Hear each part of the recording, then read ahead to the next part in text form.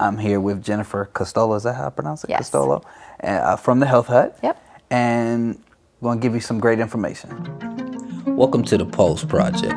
Pandemics had an effect on everyone, whether it's physical health, mental health, effects of being isolated, financial stress, and more. This project's designed to show you the resources you have available to help you move forward during these tough times. Welcome to the Pulse Project. It's been brought to you by Bank, Community Development Partnership, and Witted Media. So you guys have kids? We're empty nesters now. Okay. They're all... Oh, everybody's going in and out. Yes. Okay. So I'm assuming nutrition and diet has been heavy in your household. How did the kids deal with that growing up? Oh, it was fun. There would be times I would find supplements shoved under the bed. Okay. And I'd be like, That's hilarious. That is yeah, funny. we had some of those times. But Okay. mostly they didn't handle it too terribly. Okay. I tried to keep at minimum the things that I had them taking. And during the summertime, when you're out in the sunshine and not around a ton of school kids in a limited size classroom, I didn't really do a whole lot of supplementation because they're outside making their own vitamin D. Okay. And vitamin C is important all the time because we can't make it. But if you're getting it like in the summer in fresh fruits and things like that, that's not too bad, Okay. you know. So summertime I would really ease off. It was mostly during the school year that I would really be into some heavy supplementing. Okay. Zinc, vitamin D, vitamin C for my kids. I started getting into the natural health world very seriously when my mom had a stroke. And she was only 70. What they found was that she had a hole in her heart that was a congenital defect. She had had it from birth, no one knew. But she had a stroke and she got into this medical hamster wheel of one more problem, one more medicine, one more problem, one more medicine. So it was probably about 25 years ago when I first walked into the Health Hut and met Kelly Miller and started asking questions. And the guidance that I received there was amazing, and was able to get my mom off most of her medications, get her on a lot of really good supplements to help, and got her recovered and had her on a minimal number of pharmaceuticals. I think 2 for most of her rest of her life. And that was really improved her quality of life, that she didn't have, they talk about side effects from pharmaceuticals, and we like to say that those are really just effects, that they're not side things. These are most likely going to happen to you and will create a need for another pharmaceutical.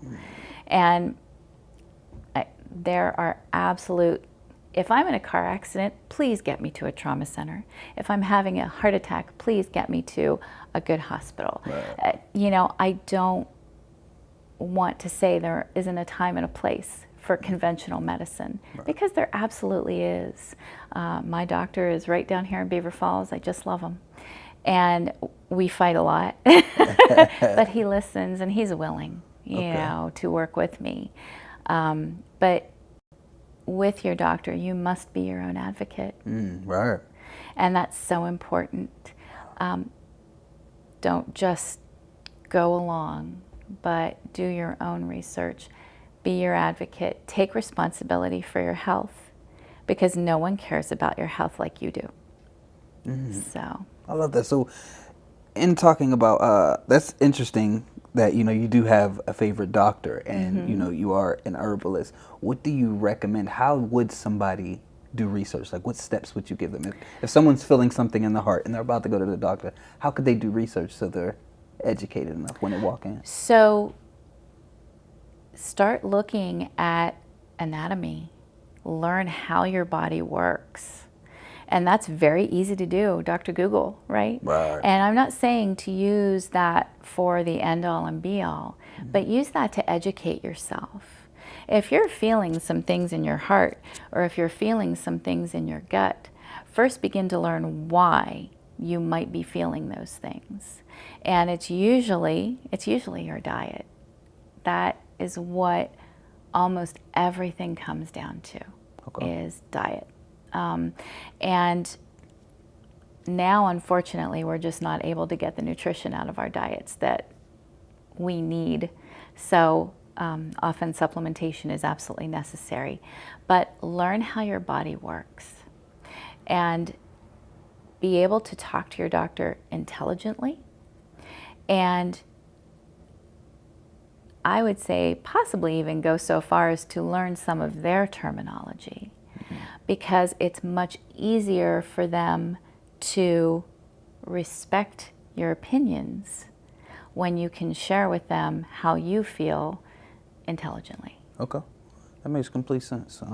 So you said after your mom had a stroke, you guys went from her having a lot of meds, Several meds, yes, to just a few meds. Right. That's definitely great to hear. How has your journey with you and your mom changed the family overall, like when it comes to health? Oh, I think a great deal, because then nutrition became so much more important.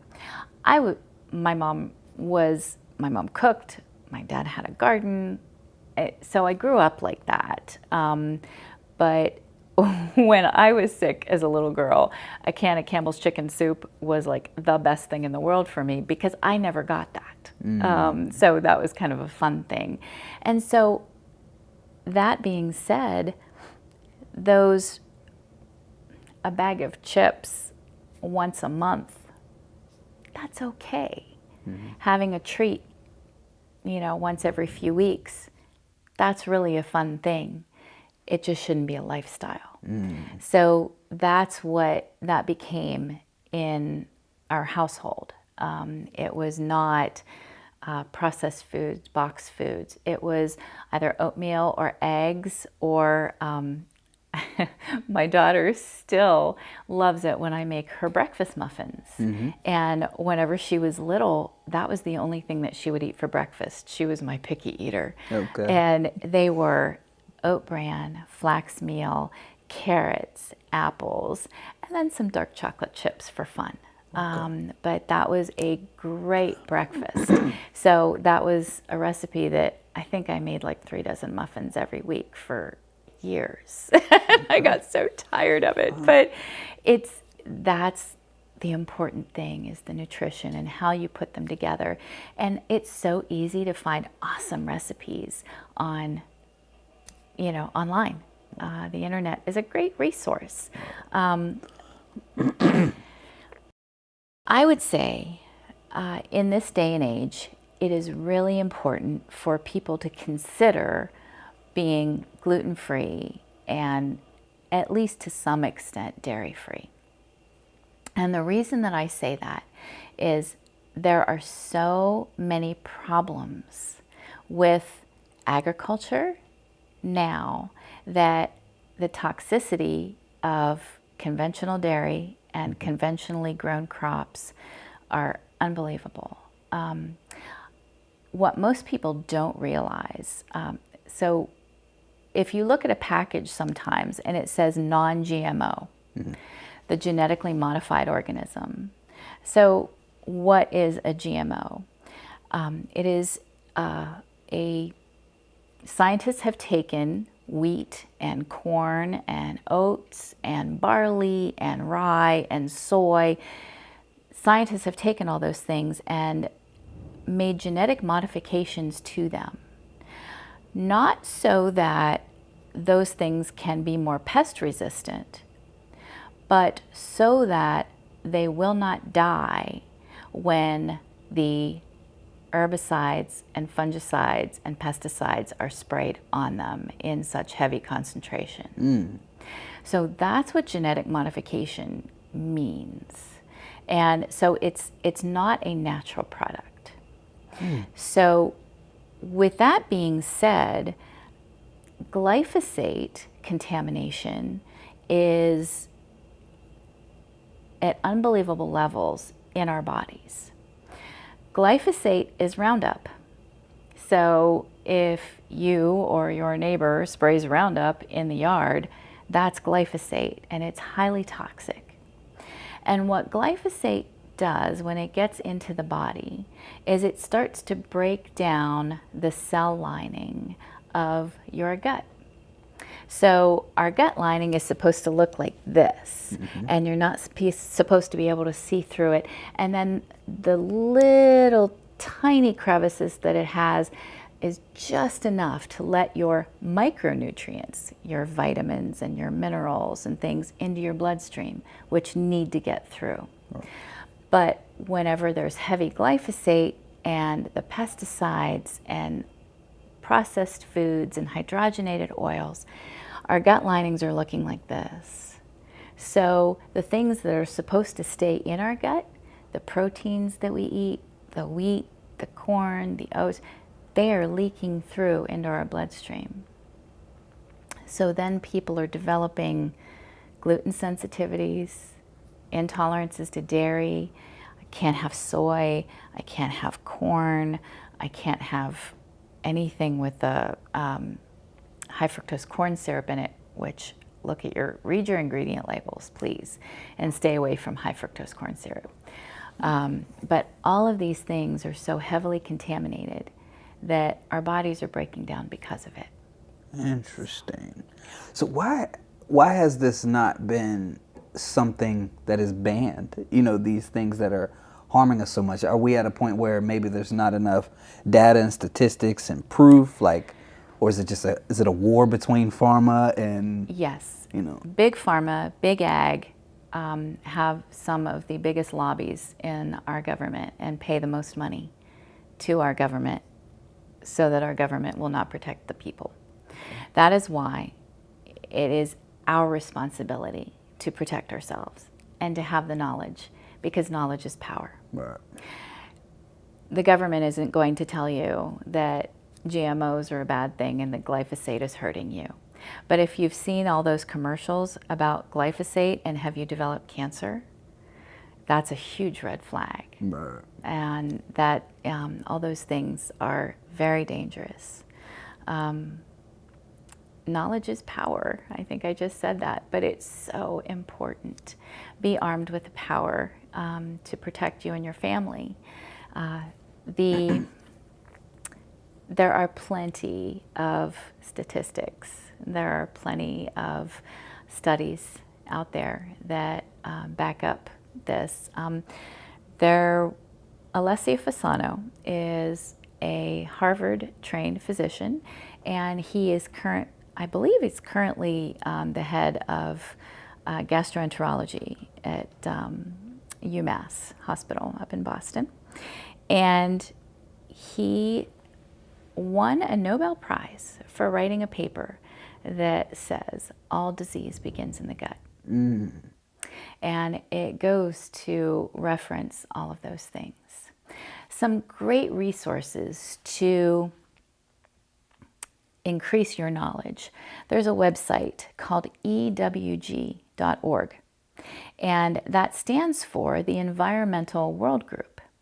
And what they do is lots of studies and give out lots of information on all of these things like glyphosate and the pesticides and the herbicides and what toxic things are in skincare products and shampoos and dyes and everything. They're natural options for all of those things that are not toxic to our bodies.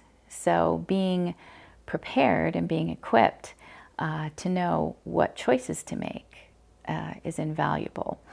Every year, EWG comes out with a Dirty Dozen and a Clean 15. And their lists of the Dirty Dozen is a list of produce that you always, always, always buy organic, because it is very toxic if you buy it conventionally grown.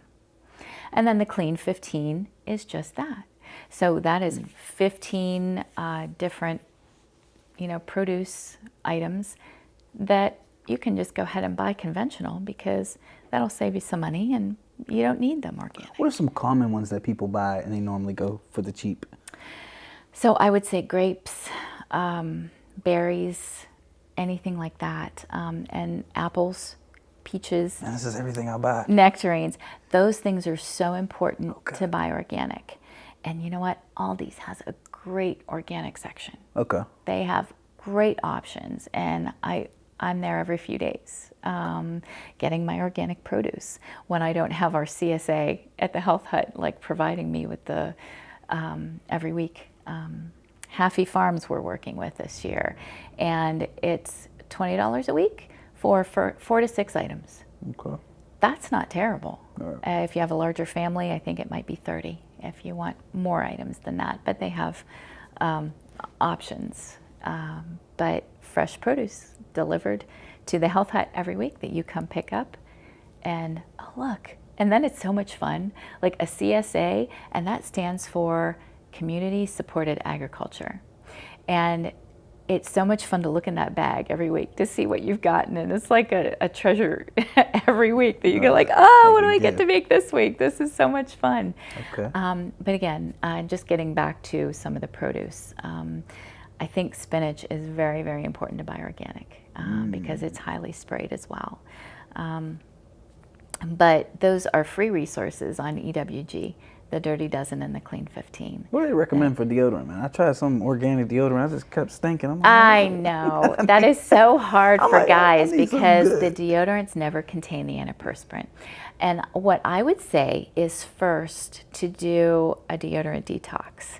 And you can find that on YouTube very easily. And it's usually a paste of baking soda and water mixed. Okay. Some people mix in some other things with it. And you just kind of walk around with that to just start detoxing and pulling the aluminum out of the pores.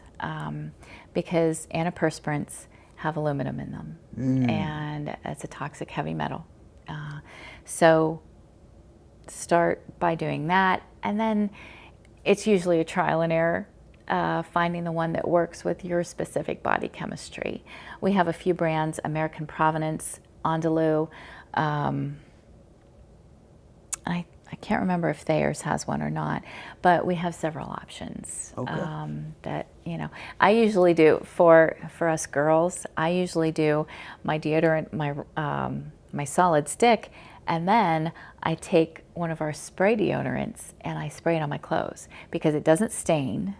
And then that, if I do sweat and it gets on my clothes, it's not going to start to smell because I have the deodorant on my clothes as well. Okay. So, do your husbands use your deodorant? Yes. I was about to say, I don't know if women know, happily. but most of us men use female deodorant. Yeah. It works the Oh, best. yeah. That's a Yeah. common thing, especially in the summertime. We use Yeah. female deodorant. Yeah. That's always funny to hear that other men are doing that.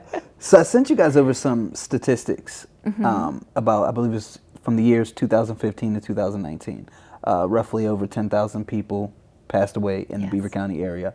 And 2,100, roughly about 25%, maybe 20%, is cancer. Yes. So I wanted to talk about that. I've lost a few people to cancer. I feel like everybody Oh, absolutely. I as has. First off, can you explain what exactly does cancer do to the body? So, cancer is an abnormal growth of cells that are not supposed to be there anymore. If our bodies are working appropriately, we have these little watchdogs in our bodies that look at our cells and say, okay, you're a healthy cell, I'm going to leave you alone. Oh, there's some problems with this cell over here, so I'm going to kill it. And that's called apoptosis. Okay. And that is appropriate cell death. Our bodies are getting rid of cells every day. All of us make cancer cells every single day. But our bodies are working well enough so that those cancer cells can't stick around and start to grow.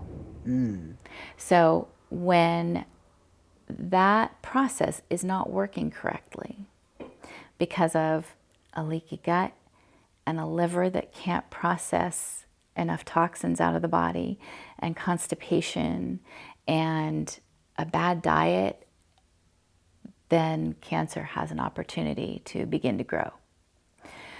When that begins, it's years and years in the making, because we normally don't know until, oh, I found a lump, or oh, I'm having a specific pain. But by that time, the cancer has been growing and growing and growing, most likely for years. I had a very good friend of mine. It's kind of like a little brother to me. And he went to the doctor several times and was given heartburn medication. And then that was in June. In August of the following year, he was in the emergency room out in Spokane, Washington, where he was visiting his family. And they said, you have stage 4 cancer of your liver, your colon, and your gut. Stage 4. And it was missed over and over and over. And his diet was terrible. And this is someone whose wife worked with my husband up at the 171st, and they said, I want to go talk to him. Can I go talk to him? She's like, sure. And when I walked in his house, he had a Powerade and a bag of chips. And I walked over and I took the Powerade and I dumped it down the drain, and I took the chips and I threw them in the garbage, and I'm like, never again. Those energy drinks and the Gatorades and the Powerades, they are toxic. They have the polyethylene glycol, which that's an antifreeze, just so we're clear. Those are toxic things. And when you have cancer, you've got to get rid of every toxin in your life to give your body a shot at maybe beginning to heal from it. There's a lot of work to do when the cancer diagnosis comes down. He went on every supplement that I would give him, and he took a lot of high-powered curcumin, which is the active compound in turmeric.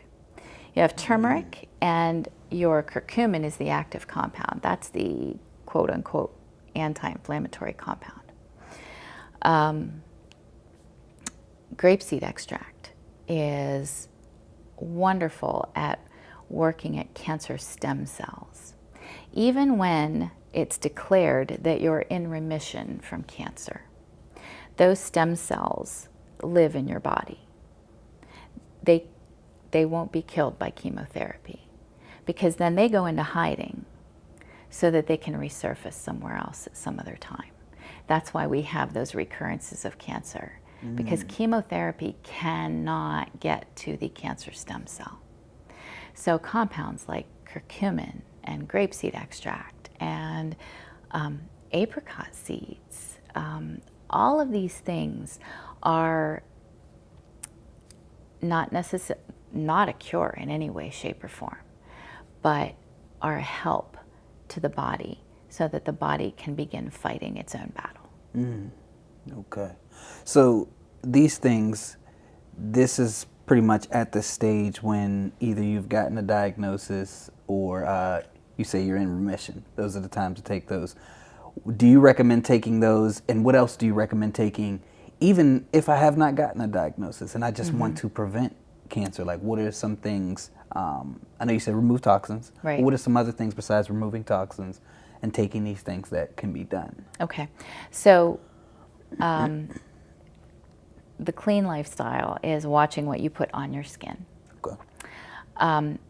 Most makeups and lotions and sunscreens and all of these things have phthalates. They have sodium benzenate. Benzene was a bioweapon back in World War II. They used it in the bombs that they dropped in Berlin. And benzene would kill a lot of people. And these things are in skincare. Wow. Polyethylene glycol, we mentioned that one. All of these things. So really take a look at your cleaning products. take a look at what you're putting on your skin. Take a look at what you're putting in your body. That's your first line of defense. Secondly, I love a good multivitamin. So, and your one a day, your one a days from your big box stores are not going to be one that, number one, dissolves quickly enough in your stomach for it to be assimilated as it's going through your small intestine. Okay. So you need one that, and a lot of people have trouble with taking multivitamins because they can upset the stomach. So this is one of my favorites, and again, one of our favorite companies. Terry Lemerond was the owner of Terry's Naturally. He sold out not to a big conglomerate, but to his employees. Okay. So his employees are all owners of the company now, which is just beautiful. Yeah, that's great. Yes, That's a great idea. he's a wonderful man. I think he's in his 80s, and he's still traveling the world looking for the best ingredients for his supplements and formulating, and then his employees are taking care of the business and doing that. But his vitamin and mineral profile on his clinical essentials is really by far one of the best. But anytime that you're looking for a vitamin, look for whole food. You know, if a vitamin is made from food and not just in the lab, it should either be methylated or whole food. Okay. Because those are important things to look for, because those things, your body's going to go, hello, old friend, I know what to do with you. And it's going to put it in the right places. Okay. Something else that I absolutely recommend, people have a diet too high in omega-6s. And omega-6 is a fat that is oftentimes from hydrogenated oils, rancid oils. And hydrogenated means it's been heated to the point where it turns rancid. So then it does very bad things. And that's all of your fast food French fries, all of your fast food.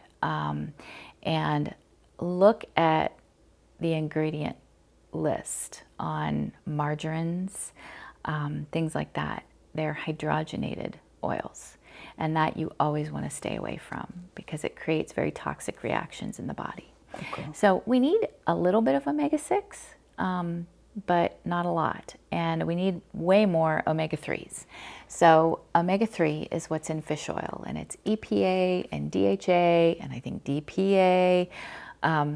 And those things are brain health, heart health, joint health, nerve health, and cognitive function, mood help, because our brains are made of fat. And if they don't have the healthy fats, then we're depressed and we're in a bad mood. And if our liver is toxic, then we're angry. All of these things, clogged lungs, constantly clogged lungs are sadness. And like I said, liver is anger. Different toxic organs relate to toxic feelings in our bodies. So that's something that, it's good to be aware of. And there's lots of free learning online that you can absolutely have access to that is absolutely wonderful. So lots of doctors that we follow at the Health Hut. But omega-3s are so important to get those in every day. I like them in liquid form, but I know a lot of people don't like to take a teaspoon of oil every day, but I like the liquid form because it's way stronger, and okay. I can just do a teaspoon and then I'm out the door, and that oily taste doesn't bother me. So, but if you don't like teaspoon of oil, then you can certainly do it in the soft gel form. Okay. And another thing that's so important for us is magnesium. There's almost no one out there who gets enough magnesium. And to calculate how much magnesium you need, so you take your body weight and divide that by 2.2. Okay. And then you multiply that number times 10.6. I need 698 milligrams, so 700 milligrams of magnesium every day. Okay. And in a multivitamin, you're getting 150 if it's a really good multivitamin. Some just have about 70. But this is a great way, a powdered magnesium. Magnesium will help you sleep better. It will help you with nerve function. It will help with blood pressure. It will help with your gut and your bones and cognitive function. There are very few chemical processes that happen in the body that don't need sufficient magnesium. And a lot of people come in and say, oh, my legs, I have all these cramps in my legs and I can't sleep because then they are like crawling when I lay down. That's magnesium deficiency most of the time. And a lot of times that is created by pharmaceuticals that people take because pharmaceuticals leach nutrients out of the body. And that's something that most people are not aware of. So calcium and magnesium need to be in a 1-to-1 ratio in our bodies. Real easy for us to get calcium. Everything is fortified with calcium. Magnesium is much more difficult. It's dark leafy greens, it's avocados, organic potato skins, things like that. So when they're not in a 1-to-1 ratio, calcium helps the muscles be active and I'm ready to go. I can contract and let's go do whatever we need to do, or the heart pumping, or, but magnesium is what helps everything to relax. So there needs to be that give and take. Balance. So if you are suffering from muscle cramps and leg cramps, you don't have enough magnesium. So, the powdered magnesium, I take it every night before I go to bed. And I absolutely love it because I sleep. I don't lay there and think, oh, what do I need to do tomorrow? Because it helps everything to just kind of slow down. And that's an appropriate time to begin having everything slow down. Another thing that people don't really realize how important it is our sleep and our sleep hygiene. If we're not getting deep sleep and REM sleep, our brains actually shrink while we're sleeping. And then this process happens with our glymphatic system, it's called, and it just washes our brain. And it just helps clean out all of those. And your tonsils are the toilet of your brain. That's the detoxification pathway. So your brain detoxifies into your tonsils. Your tonsils are part of your lymph system. So your lymph system is a system that, like your blood, it goes alongside of your blood arteries and veins and everything, but it doesn't have anything to help it pump. But it's our detoxifying system. And we look up lymphatic massage on YouTube. You can do it on yourself or get a rebounder. I think they had one up at Aldi's this week for $34. Bounce. That moves your lymph fluid, right? And it helps detoxification. So, sleep, healthy detoxification, all of those things go toward cancer prevention. What are some ways people can make sure they get that REM sleep? Like, what is stopping people from getting that? So, blue light before bed. Phone, computer screen, iPad, whatever. That light tells your body not to make any melatonin. It shuts off your melatonin. That's why we binge all night. Yeah. You just can't go to bed. Exactly. Now, a lot of people do use those blue light blocking glasses, and they can be very beneficial. And I think they're getting less expensive now as they're becoming more prominent. But shut off the TV and the social media and everything, I'd say at least by 7. If you're going to bed, at 9? If you're going to bed at like 9 or 10. Okay. Yeah. Because I'm kind of a midnight, 1 a.m. guy. Okay. You know what I mean? That's So. And I'm normally up by 6, 7. Okay, so you're not getting enough sleep. So I have more time now. Because I was juggling both. Oh, so I got more time. And now. that's stressful, and that's very hard to be able to relax from. The hours between 10 and 2 are when most of our detoxification is taking place. And that is when we're getting our deepest sleep. So if you're going to bed at midnight, you're shorting yourself a couple hours on that detoxification. Man. I'm the boater of bad things. This is great because I can always adjust. Yeah. It's just to me, the wife and the kids are asleep, so this is where I'm gonna get the most. Yes, and I get that. Sometimes we need that time, but even if like you do like a 10:30 or 11, just one more hour. What is it about that time frame? Is it the sun, moon, like what? Yes. Okay.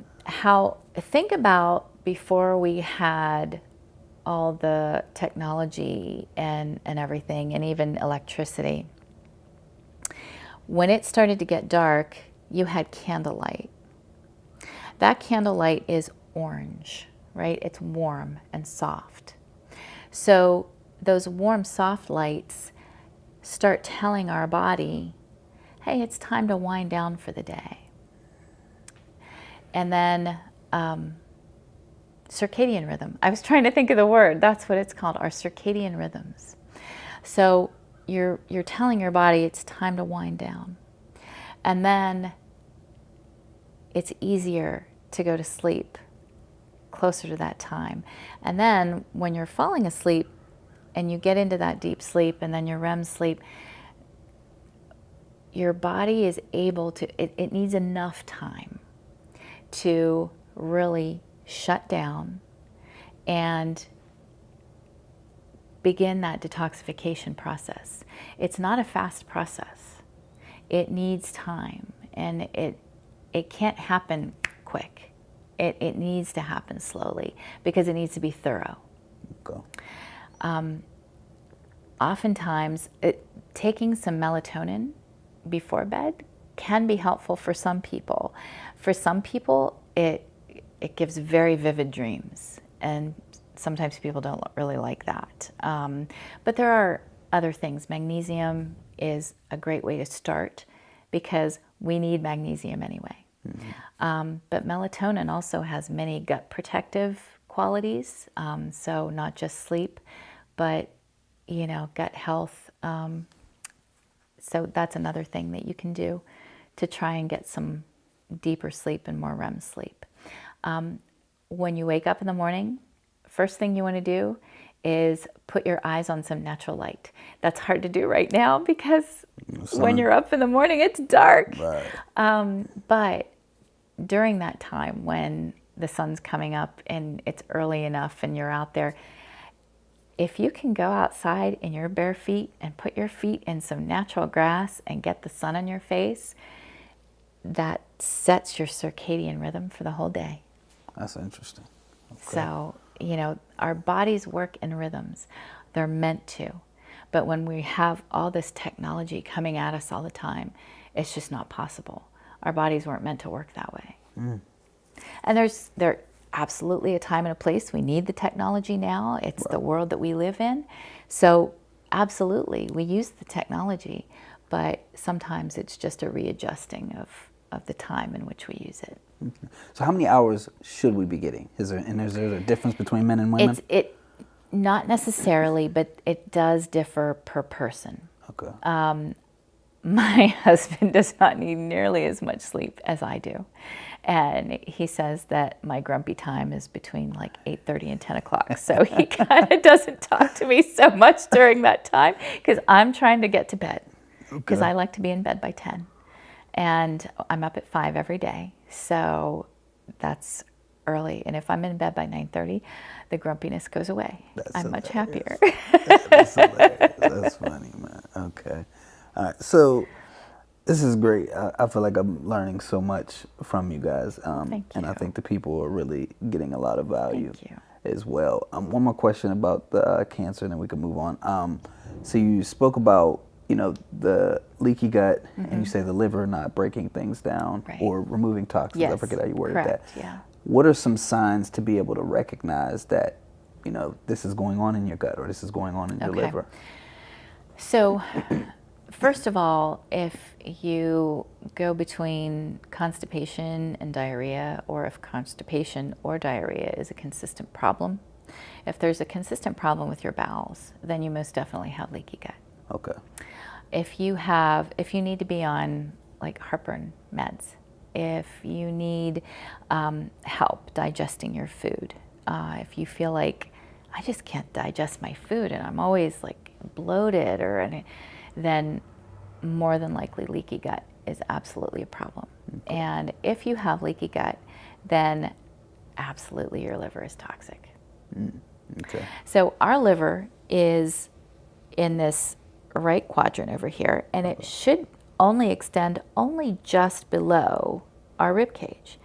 The bulk of it should be up here. Now, some people can feel their liver like it's very large, and though the liver is our largest organ, well, the skin's our largest organ, but the liver is within the body the largest organ, it should not be like bloated and distended. Okay. It should be just a nice, like you shouldn't really be able to feel too much of it up here. Okay. And if you're pushing here up under your ribs and you have pain, then that's absolutely a problem. And you need to do some really good liver supporting things. Okay. Milk thistle is one of the best herbs to support your liver. You can take that in a tea. It's usually in digestive bitters that you can spray in your mouth. Just so many different ways. And we have like formulas to help with liver and gallbladder. If you are helping your liver, you're helping your gallbladder, because they work together. Your gallbladder is just a sac to hold the bile that your liver makes, Okay. so that the stomach can grab the bile when it needs it to break down fats. So if our bile is sludgy, if we have gallstones, that's hardened bile in our gallbladder. That's why many people have to have, I think that's one of the most prevalent surgeries out there right now is cholecystectomy, which is a gallbladder removal. That means the bile is too thick. So before you have your gallbladder out, do some measures to clean out the liver. But before you start cleaning out, you have to make sure that all your detoxification pathways are clear. You can't be constipated. Your kidneys need to be working well. Your skin should be clear, and your lungs should be clear. Those are our 4 detoxification pathways. Lungs breathe out carbon dioxide and lots of other compounds every time we breathe. That's another thing that's so important is our breath, because most of us are breathing really shallow. We need to breathe. Like the breath, like how it smells, or breathing? No, breathing. Okay. Yes, yes. So people got some stinky breath. Yes. So breathing like deep into your lungs, your diaphragm. Like us ladies, we suck it in, right? But that's not breathing. That's like sucking in your gut. But you need to expand your gut when you're taking a deep breath in so that your diaphragm can drop and your lungs can fill all the way down here. Okay. But that, along with other ways of detoxification, like taking care of your liver and making sure your bowels are moving daily and all of those things, is, again, that all these things help prevent cancer. So if there's someone, because my wife and my co-host from the podcast, both of them say that they have a heart, they might poop every 3, 4, 5 days. Oh gosh, okay, yeah. So there's lots of things. Magnesium really helps with that too. Okay. A milk of magnesium. Is this something you can take right? when you're pregnant? Oh, absolutely. Okay. Yep, you need just as much of it when you're pregnant. Okay. Yeah, absolutely. But there's lots of natural things to help with that as well, and getting enough fiber in your diet. But you have to be careful with that initially because that can create a little more constipation. So you have to do it carefully. Okay. But yeah, should be moving your bowels at least, at minimum, once every day, and multiple times a day is better. Like, essentially, every time you eat, you should be pooping out something, because that's the last thing you ate when you're bringing in something new. Okay. So in essence, that's how it should work. Okay. All right. Okay. Is there anything else that you would like to discuss or bring up?